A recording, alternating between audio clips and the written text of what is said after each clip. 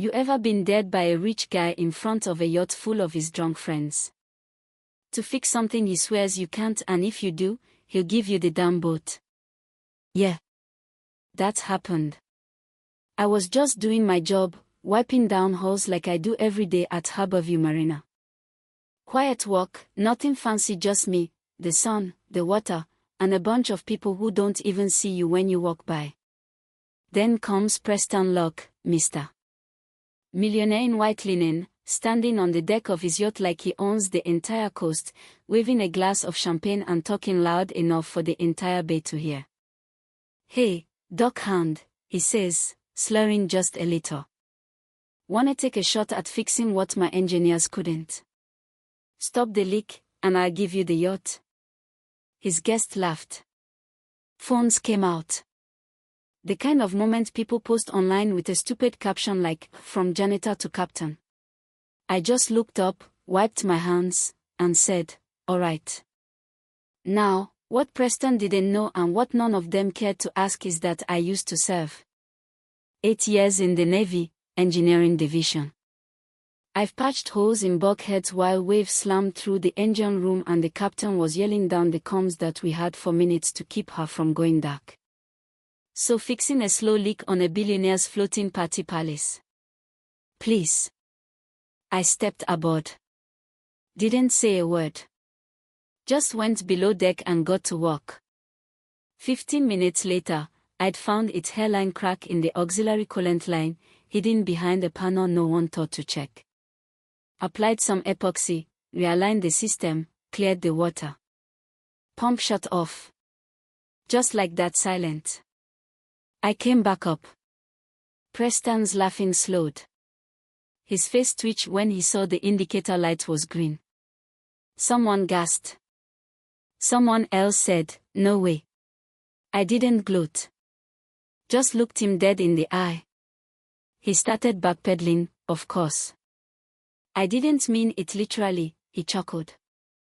But a girl in a sundress yelled out, "It's on video." And yeah, it was. The next day, my buddy James shows me that the clip's blowing up online. People saying Preston got owned, others calling it staged.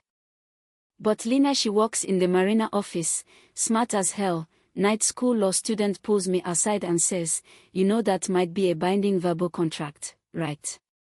I laughed. She didn't. She said, "You accepted the offer, did the work, and there are witnesses." And right then, I realized this wasn't about a boat anymore. This was about power and who gets to keep it. Thing is, once you start pulling threads, stuff unravels. Turns out that yacht? Registered to a shell company. Not even supposed to be docked at Harborview.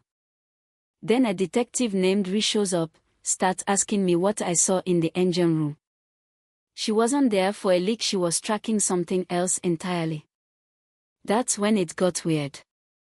One night, Lina and I went back aboard. Marina said Preston had been complaining of new noises, asked me to take a second look. But what we really wanted was to see if there was more down there. And man, was there.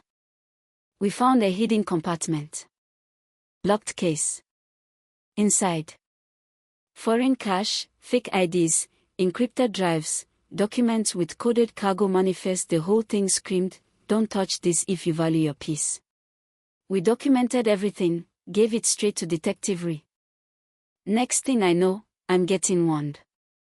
First, a guy in a pressed suit tells me to stop poking around rich people's toys. Then someone breaks into my grandfather's house. Didn't steal anything. Just made a mess. Like they wanted me to know they'd been there. That's when I stopped being afraid and started getting angry. Then came the storm. Preston tried to sneak the yacht out under cover of night during a tropical warning, no less. I followed. Took a rescue skiff, caught him just past the breakers. Climbed aboard in the middle of 40-mile gust. Found him in the engine room, wrench in hand, eyes wild. He said I ruined him. I said he did that himself. We fought. He swung. I ducked. He slipped. I caught him before he went overboard. Tied him down, took the wheel, turned the Larkspur back toward shore. By the time the Coast Guard met us, Preston was unconscious, the evidence was safe, and the case against him had everything it needed. A few months later, I owned the yacht. Not from some fluke, but legally.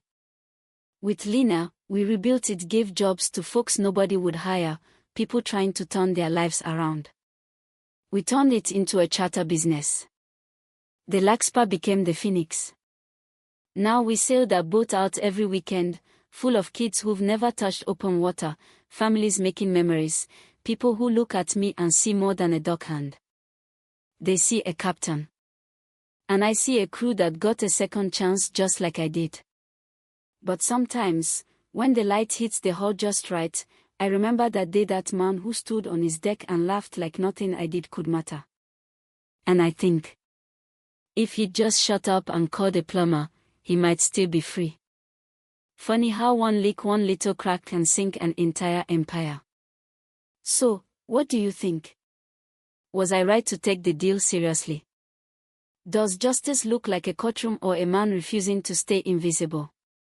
Drop your thoughts in the comments. I really want to hear what you'd do if someone tried to laugh you off your own future.